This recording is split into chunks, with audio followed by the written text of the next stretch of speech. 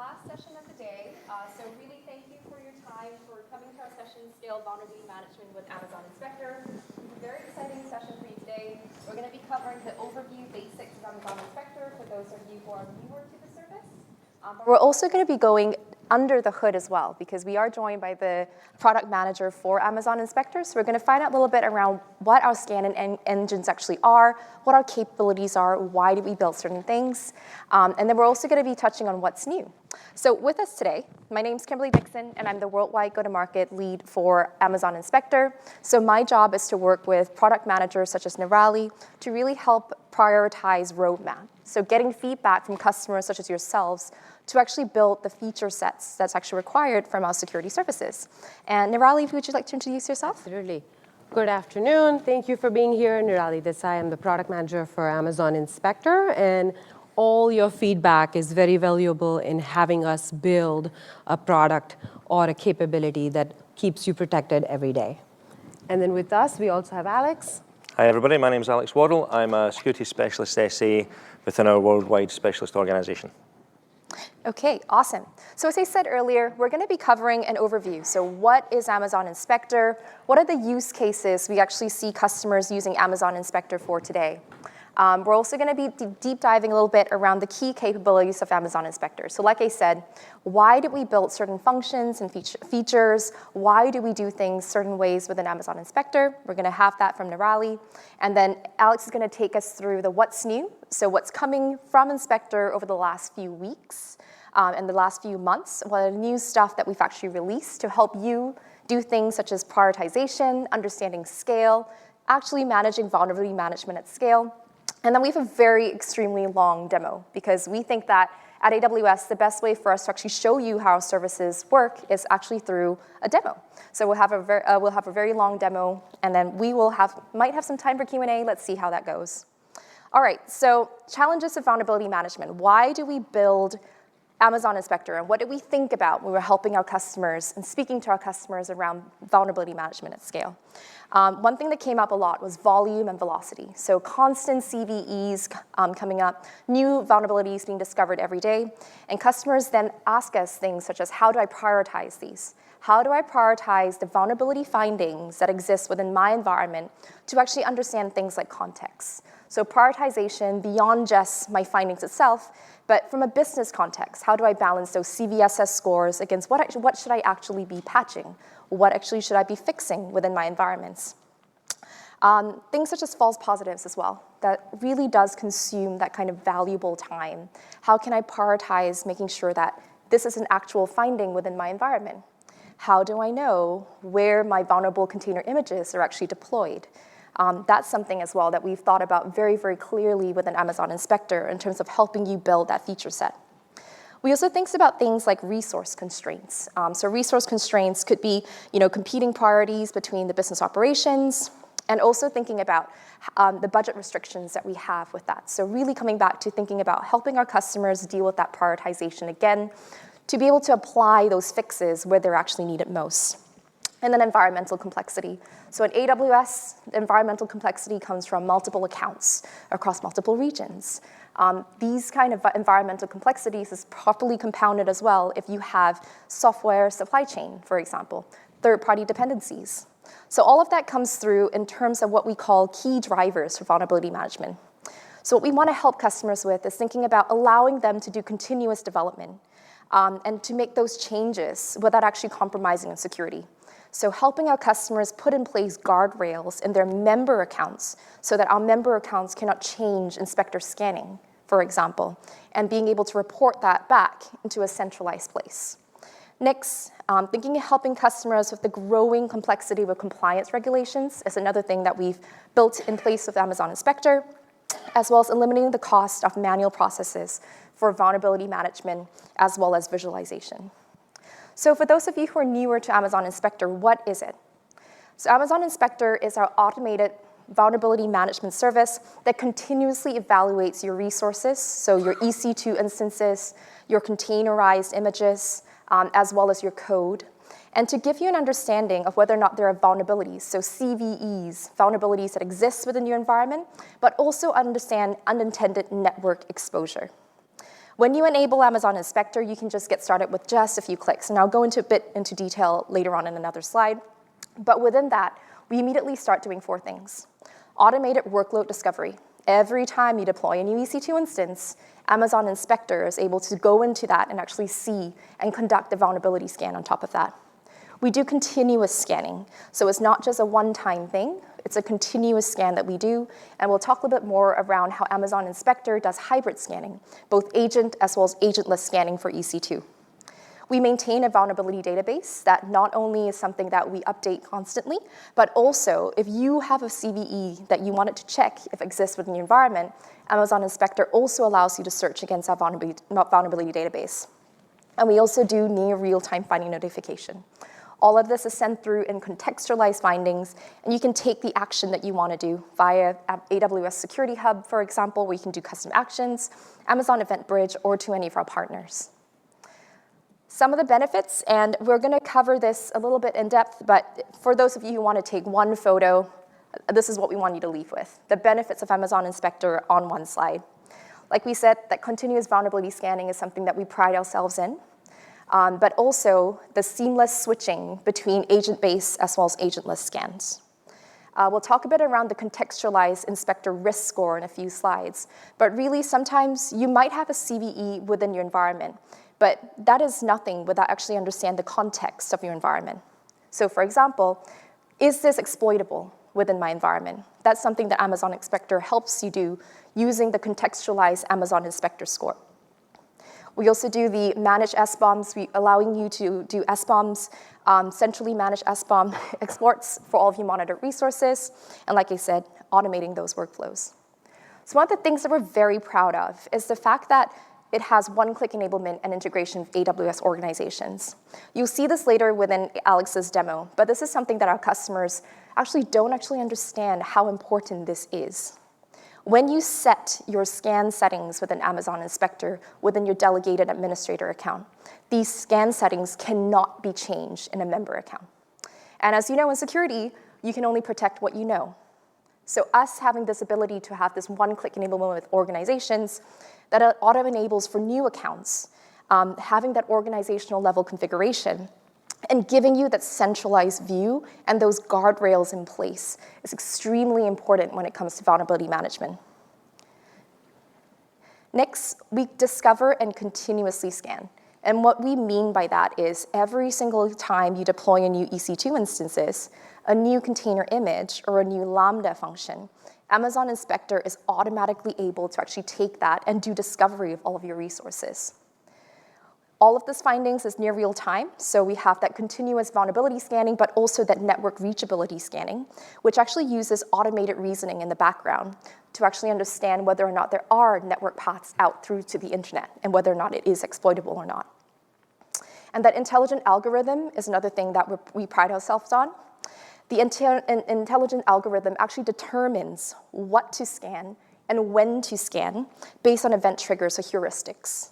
So that means that it's not just a one-time scan that you schedule. For example, anytime a new software package is installed, whether or not a new resource is patched or a new CVE is published, Amazon Inspector uses that heuristics in the background to actually have that intelligence around what should be scanned within your environment today. In terms of contextualized findings for prioritization, as a security professional, you do ask yourself these questions. Does the vulnerability exist within my environment? Simple question. Is the vulnerability exploitable? Is the vulnerability actively exploited? Is it a known exploit out in the path, in the wild? Which environment is impacted? This comes through in terms of the Amazon Inspector risk score, and that's calculated for each finding by correlating vulnerability metadata with environmental factors, such as the network exposure of that instance, the remediation details with fix in the package details so that you can actually see whether or not there's a fix available, and then exploitability details, including last known exploit date. And all of this is delivered to you within an Amazon Inspector finding itself. And lastly, in terms of taking action with vulnerability findings, like we said earlier, you can actually use our Amazon Inspector findings, whether or not you want to centralize custom actions through AWS Security Hub, And then you can send it through custom actions or partner solutions, or whether you want to create your own event bridge rules and then sending it through using Lambda and Systems Manager, that's definitely something you can do with an Amazon Inspector. And with partner applications as well that build all of the remediation steps on top of that. In terms of our vulnerability intelligence in Amazon Inspector, all of our vulnerability intelligence is mapped against the MITRE ATT&CK TTPs, as well as the CISA known exploit vulnerability catalog. We also check against known malware kits and tools that might exploit this vulnerability. And any critical security evidence, involving this vulnerability, is also given back to you. All of this is enriched via our partner Recorded Future as well. And one of the lesser known features of Amazon Inspector is the ability for you to search the Amazon Inspector vulnerability database. So imagine that there's a new zero-day vulnerability existing within your environment today. You just want it very quickly to understand whether or not this vulnerability exists within your environment. You can actually search this against the Amazon Inspector vulnerability database. You can actually see which resources might actually be affected within your environments today. That gives you the ability to see rapid risk assessment, as well as to do rapid response for these security advisories. And I'm going to pass it through to Nirali, who's going to talk about a little bit deeper around those key capabilities. Thank you, Kimberly. Quick show of hand of how many people use Inspector for EC2 scanning. Good. How many of that is hybrid scanning? Do I have to have an agent installed in order to get EC2 scanning done? How many of us think that it's a must? Okay, good. That's good. That's better. Makes me feel good. Let's touch on some of the key capabilities for Inspector, and then we'll get into the details of each one of these through the session between me and Alex. So the first and foremost, we started our journey by protecting or detecting vulnerabilities in your EC2 instances. We identify as the instances are brought up, or we will also, when a new software is installed, go ahead and scan them, or when a new CVE is detected in our vulnerability database, and if it actually impacts your EC2 instance, we'll trigger a rescan automatically. So we'll continuously monitor them for CVEs with or without an agent. We expanded, obviously, by scanning images into your ECR or Elastic Container Registry. That's where they're stored. We'll continuously scan those as well. And then same thing with your Lambda functions. As and when they're invoked, modified, or a new CVE is published, we'll scan these. In addition to these compute resources that are scanned on AWS, we also allow you to generate a nested tree of all your software inventory, whether that's just a particular resource or account or at an org level. You're able to export that, and we'll show you that in our demo as well. Certainly, running CIS scans on EC2 instance is available. CIS scans is something that you can run on demand. This is not something that runs continuously. We understand that you may have compliance requirements that require you to generate a report as and when time needs. And last but not the least, we have capability to integrate through plugins, shifting left on security to start integrating Amazon Inspector scan capability to the images during your build time so that you know that these images are free or less vulnerabilities exist before you put them into production. We'll show you that in as well. And all of this, I know Kimberly talked about it, that all of this is actually backed by research. So we have 50+ threat feeds in addition to security best practices, Amazon best practices, all of that clubbed in to map and detect new vulnerabilities. We also compute an inspector risk score that triangulates all the data with CVE feeds, MITRE ATT&CK techniques and tactics, vendor databases, our research, security best practices, plus the network reachability that she talked about, or exposure also. All of that combined gives you a particular score that is not just a CVE score, but it's actually an inspector risk score. A CVE score may be higher or critical, but an inspector score may vary because we've done a network reachability analysis for that EC2 instance to make sure that is there a path available? Is it reachable? Is it exploitable? And if yes, only then we bump up the score. Otherwise, we'll reduce the severity, allowing you to prioritize these findings. Before we get into more details on EC2 scans, I wanted to just pause real quick to emphasize why continuous scanning is very important. Oftentimes, like customer says, I just want to do an on-demand scan and call it a day. But we believe that security is priority number one, and you shouldn't have to wake up to news of learning of new CVEs to run to your APIs or consoles to go back and hit the button to say, okay, what's new now? We strongly believe that the data should come to you automatically. So let's pick a scenario. On June 1st, 15, 16 days ago, you actually scanned an instance. There were 10 packages that were detected. Everything was good to go. No new CVEs were found, matching to the package or the software inventory we collected. No findings were generated for you. Everything's good. You move on. 10 days later, there was a new CVE published in our database. You may or may not have read about it. There was no package in your image or your instance that actually mapped that CVE. There's nothing directly impacting you. We will generate no new finding. We are continuously scanning it. We know what your inventory looks like. We will generate no finding. Good to go. Tomorrow, or 16 June, so today, we get a new vulnerability that got detected this morning. Now, this particular vulnerability actually impacts one of the packages in your image, and the CVE is mapped to that. Without you taking an action, we will automatically create a finding for the vulnerability that got published this morning in our database. So you do not need to continuously keep coming back to run a scan. It's very important for us to all anchor on this, the benefits of having continuous scanning. This will allow you to continue to have secure development, lifecycle, and production environments running. Now, let's talk about scanning EC2 instance. We talked about continuously monitoring all your EC2 instances. By default, if your delegated admin configures EC2 scanning, we will turn on hybrid scan mode.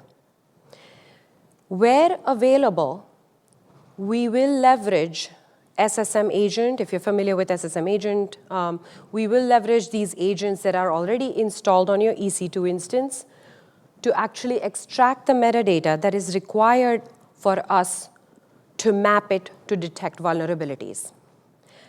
Having said that, we understand that not all EC2 instances can actually have an SSM agent. You may be in the process of deploying them, or you may not want to install agents, or it may not be supported by SSM. How do we ensure that you're always detecting vulnerabilities through the coverage of all your EC2 instances? So where SSM agent is not available for various different reasons, we will automatically switch to agentless scan mode. And that's the beauty of hybrid. If SSM is available, we actually fetch the software inventory through SSM plugins. If not, we'll actually do agentless scan for you. You certainly have an ability to go into your inspector console or through API and change the setting to agent-based only, but we do recommend, and by default, recommend to turn on hybrid. So by default, hybrid always. For agent-based, we will leverage SSM. There is a plugin available to extract the metadata, map the metadata to the CVE database. If a vulnerability is detected, we'll create a finding. For agentless, it is very important to know that the way we actually extract the metadata or the software inventory is by leveraging EBS snapshots. We'll create a snapshot of all the volumes attached to your EC2 instance locally in your account. It is very important to note that the data never leaves your account.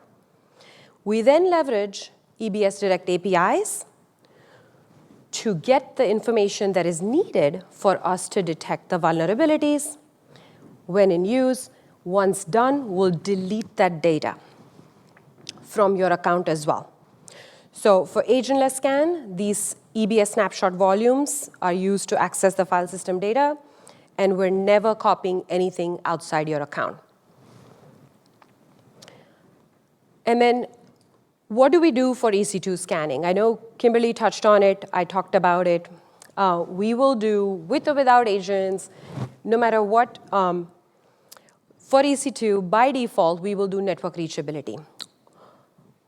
For network reachability, we'll first scan whether the instance UDP or TCP ports are reachable from the internet, from the VPC edge, or from a peering connection. This allows us to tell whether these EC2 instances, A, are vulnerable, are reachable, and then we'll map it to exploitable data. You do not need agent or agentless in particular. It works in any way. As long as we know the EC2 instance, we're going to be able to do the reachability scan. This is done once every 12 hours. The second thing we do for EC2 is package vulnerability scanning. Now, the package vulnerability determines whether there is a known CVE in any of the versions of the packages installed on your instance. For EC2 Linux-based instances, we actually do a deep inspection. Deep inspection is turned on by default for your Linux-based instances. For brand new accounts, you do not need to take any action. What does that mean? In addition to identifying your software vulnerabilities in the operating systems, we will also identify vulnerabilities in the application programming packages, such as Python, Java, Node.js, etc. For agent-based, we'll discover these packages in custom as well as default paths. For agentless, everything that's available, we'll be able to just go ahead and scan them for application programming package vulnerabilities. This information for application inventory is collected every 6 hours. And then the best part is it is turned on by default for Linux, and it is at no additional cost. So I would encourage, if you've not turned it on, go ahead and turn it on if you're one of the older accounts several years ago. Since we launched, if you have new accounts in the past 3 years, you're turned on by default. Summarizing, all the EC2 hybrid scan mode is turned on across your entire organization. All the finding details and the workflows and the management for both agent versus agentless is exactly the same. There is no performance impact on your instances, and there is no explicit enablement. By default, we will cover OS as well as application level packages for a vulnerability detection. Moving on, real quick, to Lambda code scanning. How many of us have Lambda code scanning or Lambda standard scanning configured? How about code scanning? OK, what's the difference? Kimberly talked about it. As soon as a new Lambda function is actually invoked, we perform an initial scan. If there is an update to your Lambda function, we'll do the scan. And if there is a new CVE, we will scan it for you as part of continuous management. Standard scanning, package vulnerabilities are detected. Very familiar with it. We'll just go ahead and activate it standalone for all your Lambda functions. We'll scan them to detect vulnerabilities in your packages installed. And we'll also come up with a suggestion for upgrading the package to the known best version. There is an add-on, because we understand that there's not just software component for third-party packages. There's also your first-party code that you may have written that you also may want to identify security vulnerabilities against. So on top of standard scanning as an add-on, you can configure code scanning. What does that do? It actually detects application code vulnerabilities, injection flaws, unintended data exposure, weak cryptography, so on and so forth. The scan works exactly the same way as standard scanning, initial invoked at changes, as well as CVEs detected. as well as when we build a new code detector for any of these applications that are supported, we'll trigger a scan automatically and generate a finding. In addition to just suggestion, for code, because we know what the best practices are, we'll also create a code snippet as a code fix recommendation. Your developer can actually take it, download it, test it, validate it, and bring it back into your code. Here's an example of a remediation recommendation. We have dozens of assisted code remediations. If it is a first-party code and we've turned on Lambda code scanning, you will be able to get a code scan recommendation. These are in context, where it's been shown and highlighted in orange where we found the vulnerability. Green shows you what the recommended code fix recommendation is. And these detections and remediations are always in line with what we use at AWS for security best practices. And then now let's have Alex walk us through what are the challenges in container image scanning and what are the upcoming solutions. Thanks, Nirali.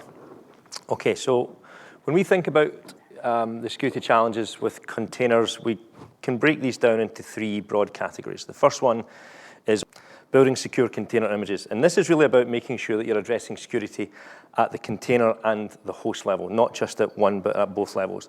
And configuring the networks properly, securing the application, and including the code and its dependencies. Second is insecure configuration of containers and the pods. So I'm not touching this, I promise you. I'll even hold it up. Container-based images reuse can lead to security risks if the vulnerabilities are not scanned and addressed. And then the third one is the continuous monitoring of the short-lived workloads, because that's needed because you have to respond really quickly to the suspicious activity, and that can be a real challenge. So let's have a think about how Inspector might help. First thing that we can do is we can use the software bill of materials, which Nirali and Kim have spoken about already. So this is basically a nested inventory or a list of ingredients that make up the software components, and that's really what powers Inspector to be able to monitor the various resources that we mentioned earlier. Now, one of the cool things about Inspector SBOM features is that we also make it available to you. So you can easily create your own SBOM extracts. I think as Nirali mentioned a minute ago, you can create those targeted down to the particular resources that you want. We can also export in two formats, which is Cyclone DX and SPDX, which are the two main formats for SBOMs. And when you get those exports, you can then ingest those into tools to be able to analyze those. You can build your own tools. There are third-party tools available as well. You can then decide, when you're doing that SBOM export, what do you want to do? You can look at various resource types. You can select by tags. You can select by accounts. You can do this at your organizational level. So when Kimberly spoke earlier about the importance of having this one-click organization-wide view and ability to scan all of your instances and workloads for vulnerabilities, you can also do the same for your SBOM export. And the cool thing is, it's free of cost. It's just part of the service. We use it internally within the Inspector service, and we thought, why don't we just make this available to customers? And then one of the great things about Inspector, now that we've got this SBOM tool, is that you can also now add that to your build pipelines, so that as your developers are building container images, they can actually be proactively assessed for any security vulnerabilities. So we have native plugins for Jenkins, for TeamCities, for GitHub Actions and GitLab components. And what those native plugins will do is they will orchestrate the generation of the SBOM and then sending that SBOM as a text file to an endpoint within an Inspector account, which will then be scanned, and then you'll get the response back. Once you get that response back into your pipeline, you can parse that. You can then decide, well, the number of critical vulnerabilities is above a particular threshold, therefore I'm going to stop the build. The other thing you can do is if you don't have any of those tools, you can actually still build this into your existing pipelines if you've got other third-party tools. It's really simple to do. We've got instructions available online for doing that. The great advantage of this is it helps your developers to understand what the security vulnerabilities are as they're building their container images. And it makes them just better developers all around. And it means that the container images that they're hopefully building for you are going to be more secure. Now, as I said, we also make that SBOM generator available to you, but we also can make it available to developers. You can download this tool. You can put it onto your endpoint, your laptop, your desktop, and you can actually then scan images directly. The number of times I've heard a developer say, well, it worked on my laptop, right? Everybody hears that. Well, okay, if it worked on your laptop, show me what was actually present on your laptop. What was the software bill of materials? The software bill of materials, through a single command, can be generated and then send that software bill of materials up to the inspector endpoint. The developer then gets the response, and they can look at that, and they can immediately try to understand what's actually going on within the container. What software vulnerabilities are they likely to be introducing into your environment if they were to take that off of their laptop? So let's now dive into ECR scanning, Elastic Container Repository. There are two types, basic and advanced. Now, basic scanning is configured from the ECR console, and it scans images on push only, and it only uses the CVSS version 3 and version 2 scores. As Nirali mentioned, we have other capabilities, which we'll come on to in a second. Now, you can do manual scans on demand, but what you'll get back is basic software vulnerability information, and it will also give you information just about the operating system packages. So you're not going to get the broader coverage that you might have expected to see when you'd be using Inspector.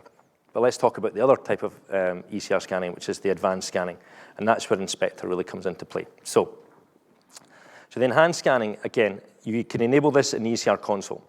And when you first activate it, your repository is configured, hopefully, for continuous scanning. What happens is Amazon Inspector detects all the eligible images that you've pushed within the last 14 days. Then Inspector will scan the detected images and sets their scan status to active. It then continues to monitor the images if they were pushed or last in use within the last 14 days, which is a default setting. But you can then change that setting to up to 180 days. So it'll either do it on push or last in use state or within the rescan duration, and that's the rescan duration that you'll set within Inspector. So what happens is that for continuous scanning, Inspector will initiate new vulnerability scans whenever a new container image is pushed, or if there's a new vulnerability that's actually introduced into our database and that package is present in one of your container images. We'll identify vulnerabilities in operating system packages, but also in programming language packages like Python, Java, and Ruby as well. One of the other great things about the enhanced scanning is that we will also take into account not just the CVSS, but also the other information, the sort of contextualized scoring, where we do that network path analysis. We figure out if that instance is actually going to be available potentially on the internet, if there's going to be certain particular parameters that are present in your environment itself, exploitability data as well. So for example, the Amazon Inspector score of a finding might be lower than the base score if the vulnerability is exploitable over the network, but Inspector determines that there are no open network paths to that vulnerable instance. And then what you also get within the enhanced scanning is you get enhanced vulnerability intelligence, so we can answer questions such as, is there an exploit available for this CVE? Is there a package fix available, in which case, which package is the minimum version I need to deploy? What about the EPSS scores? If you're interested in those, we can give you those as well. And we also can give you if there's any known malware kits that have been used to exploit a particular CVE. And that will all help you to have a much more rounded amount of information to be able to go talk to your teams and say, this is why we should be patching these particular vulnerabilities. It's not just because the security person says we should be patching. Now, let's move on to some of the recent enhancements with Amazon Inspector. So earlier this year, we upgraded the engine that powers Inspector container image scanning for ECR, and that image scanning engine provides a much more comprehensive view of the vulnerabilities in third-party dependencies that are used within your container images. So that enhancement happened automatically. Nobody noticed that it happened. We deployed that across all of the organizations and all the accounts that everybody uses, and it didn't cause any disruption to anybody's workflows. What it might have done is it might have introduced some additional findings that might have been added as we've been able to do much more of that dependency collection capability. But also on the flip side, it might actually have closed some findings as the new engine has actually reevaluated all of the existing resources to better assess the particular risks that you might be running. Now, this new scanning engine then unlocked support for Inspector to be able to scan things like scratch and distro lists and chain guard images. And with that enhanced scanning capability, it gives us expanded coverage of somewhere between 10 to 15% than what we had before. Then as we move into the expanded ecosystems, we started to introduce the ability to be able to scan and detect applications in ECR repositories that might have WordPress and Tomcat and Chrome and Node.js and Oracle JRE and JDK and Corretto from Amazon and Apache HTTPD. So all of those things can now be detected, and we can scan for vulnerabilities inside those as well. It's all available via the Scan API, which you can call programmatically, as you saw a minute or two ago. But what this is going to do is it's going to give you that broad vulnerability assessment across not just your operating systems and operating system packages, but also the third-party components that you might have deployed as well.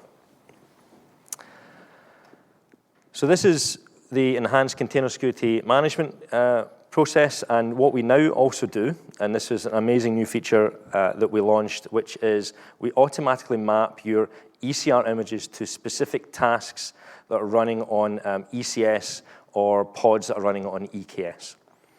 Now we do this has been a common ask from our customers for a long time, and I love the fact that it's probably quite hard for you to see, but there is, I think, a box at the bottom that just says deployed pods and tasks, and there's a little hyperlink there. A massive amount of engineering effort went into that, and we're really proud at being able to do all of that work and to make it as simple for you as just click on that hyperlink and we'll show you all of the pods and tasks where a container image was running the last time that we scanned it. By doing this, what this allows you to do, it allows you to understand, I have this vulnerable image, I now know where it's deployed, therefore I now know which particular pods and tasks I now need to go and do a rolling update to deploy the latest image so that I can reduce the vulnerabilities present in my operational environments.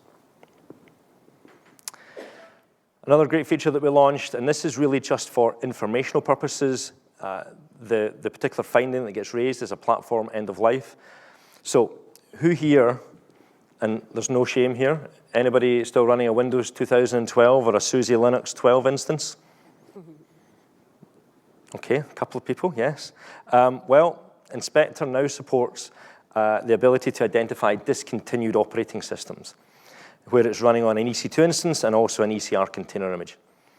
What will happen is that if we identify an operating system that is no longer in support, we'll generate a finding. You can then use that in part of your prioritization strategies so that you can decide, is this something I should be targeting over and above maybe some other critical vulnerabilities that might exist in other operating systems that you have deployed. And of course, what we're doing here is we're taking care of updating that list and maintaining that list for you, which frees you up to just focus on addressing the risks and not trying to maintain lists of which operating system and which version of an operating system is still in support. Okay, let's do a bit of a demo. Now this is recorded, and I will walk you through it. So this is what the console looks like in the organizational account. I've got a delegated admin account here, and you can see I get a view of my coverage. I've got 100% of accounts. I've got some critical findings. I have findings with exploit data. I have risk-based remediations. I can see my accounts that I've got the most critical findings. Now, as a security person, this is invaluable for me. I'm looking across the whole of my organization. I can see all the ECR repositories with particular repos and particular vulnerabilities. I can see my ECR container images, so I can see I've got a couple of container images that are of interest to me, I think. I've got AMIs with critical findings potentially, and also my Lambda functions. So all of the different workload types that both Kimberly and Nirali have spoken about, all of that information is presented here in a dashboard for you that you can then dive into and get visibility of. You don't need to go down into each of the accounts to do that. And talking of going down into each of the accounts, what you see here is the ability at the top in the account management to automatically activate it for all the new member accounts. You can activate each of these capabilities independently. They're not dependent upon each other. But once you do enable them, you can see if they're active. Now, there's one particular account here that is deactivated. So what I'm going to do is I'm going to go in, and it's not the account I'm in, it's a separate account. I'm going to activate that. It takes a second or two for that to run through. What's happening is Inspector in the background is going in the inspector service in that particular account, and that's enabling it. So there you are, it's actually activated the Lambda code scanning. I didn't have to do anything in that account. I don't have access rights into that account. It's the inspector service that's doing that on my behalf. So I get a full visibility into all the different instances that are running across my different accounts. I can see if they're agent-based or agentless. All of the ones that I'm running here are agent-based. I can see all of my container repositories. Again, if you could have multiple accounts with many container repositories, you can get full visibility across that. You can see all the container images, and you can also see all of the Lambda functions. I can also see that there are certain functions that are not eligible for scanning because they've not been invoked in the last 90 days. So as Nirali said earlier, if something's been invoked or published in the last 90 days, it's in scope for scanning. Same for code scanning, but there's also an unspotted runtime at the time when that was deployed, and it was probably more than 90 days ago. The operating system wasn't then supported, but it is now. Exporting of SBOMs. Today, you can go into the inspector console in the management account. You can put in lots of different details around the filters. I'm going to put in an Amazon Lambda function, AWS Lambda function, pick Cyclone DX. I've got a bucket already prepared. I pick my bucket, and I'd put a KMS key in, and I would then export it. And it runs in the background, creates a job, and sends it out to that bucket for you. Here's my EC2 scannings. As Nirali pointed out about hybrid being the default, my account here was agent-based, so I'm going to set that to hybrid. That now kicks off a task in the background. It takes a couple of minutes to run. While that's running, I go off and I go looking at the ECR scanning. And you'll see we've got this rescan mode, which is last in use and last pull date. And when I do the last in use or last pull, I can go from 14 days up to 180 days. I've got it set at 90 days just for the purposes of this demonstration.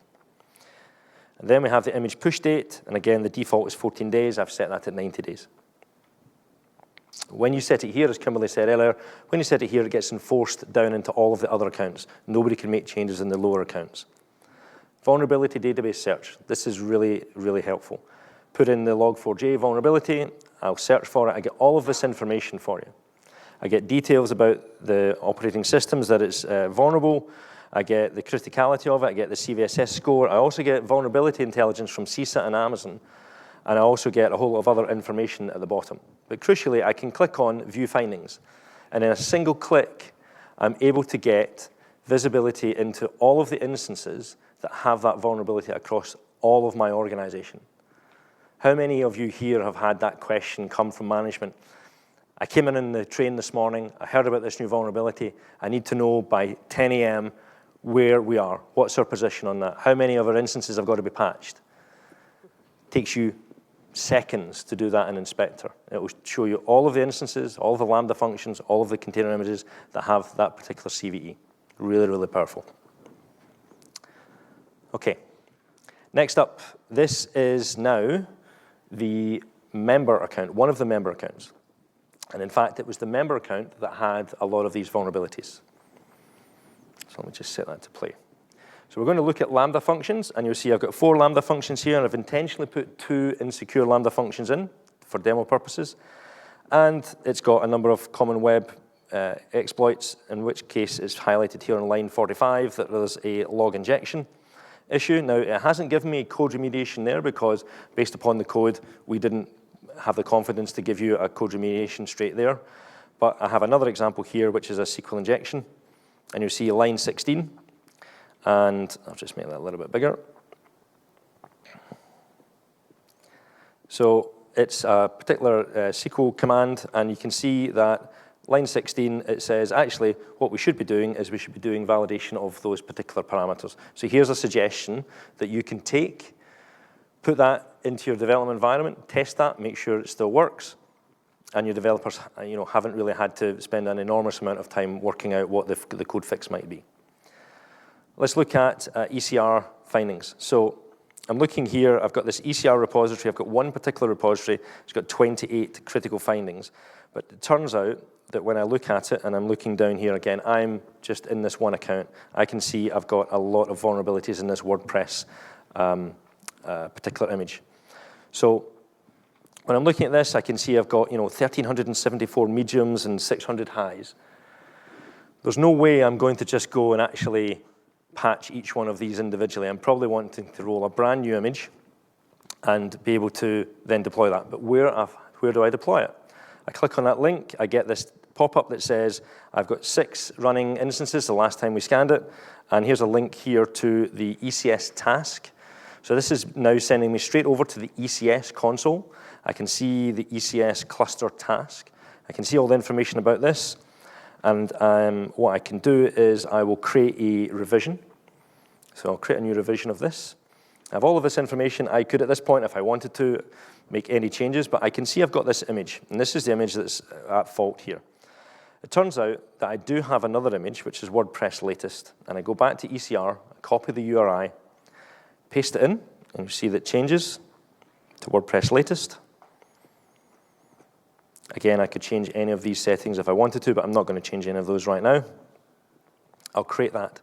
So what that's done is created a new version of the ECS service task. I now actually need to update the service.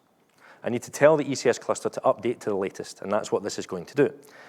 So I pick the cluster, and it says the task definition is WordPress task, and it's going to, if I go down to the bottom, click on update, what that will now do, you'll see, if I just click on refresh in a second.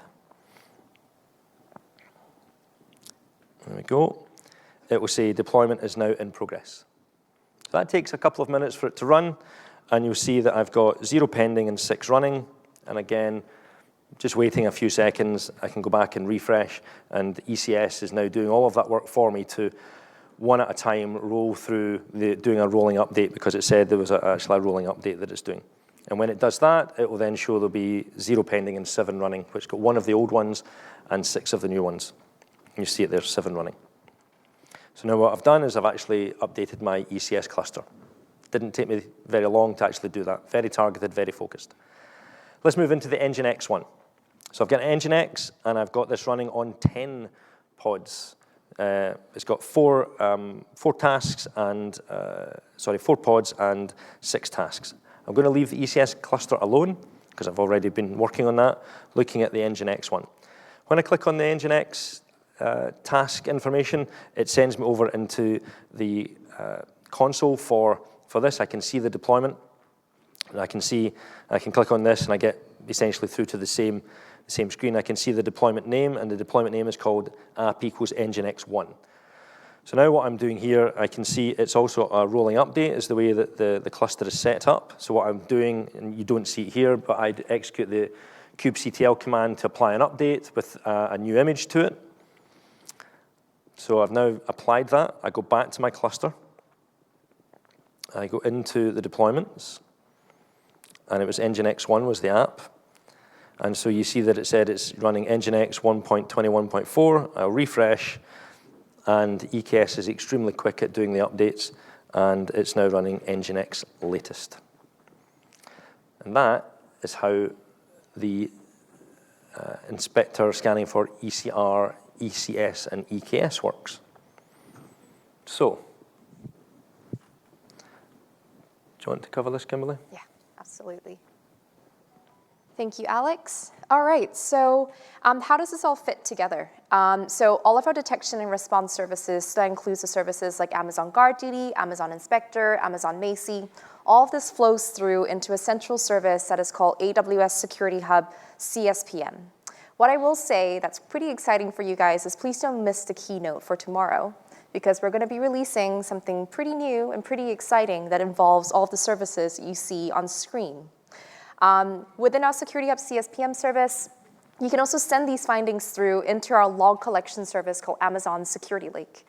So our Amazon Security Lake service allows you to do centralized log collection cross accounts and cross regions with just a few clicks, and it uses the Open Cybersecurity Schema framework in the backend, so that's actually making sure that all the schemas for the log sources, whether it's third-party log sources or AWS log sources or other cloud log sources, are all in a standardized schema.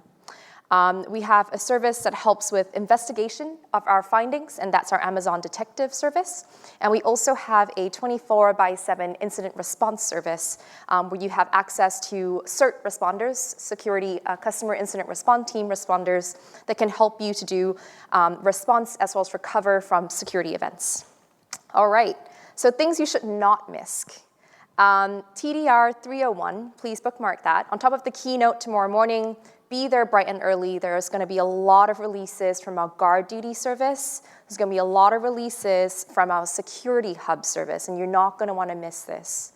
From the inspector service as well, we also have an embargo session. Which one was that, Nirali? APS 203. APS 203, where Amazon Inspector is going to be releasing something very exciting, and Nirali is going to be presenting that. So make sure you have that locked in your calendar, APS 203.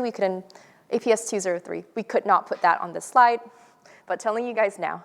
Also, come to TDR 301. So that's Innovations in AWS Detection Response for Integrated Security Outcomes.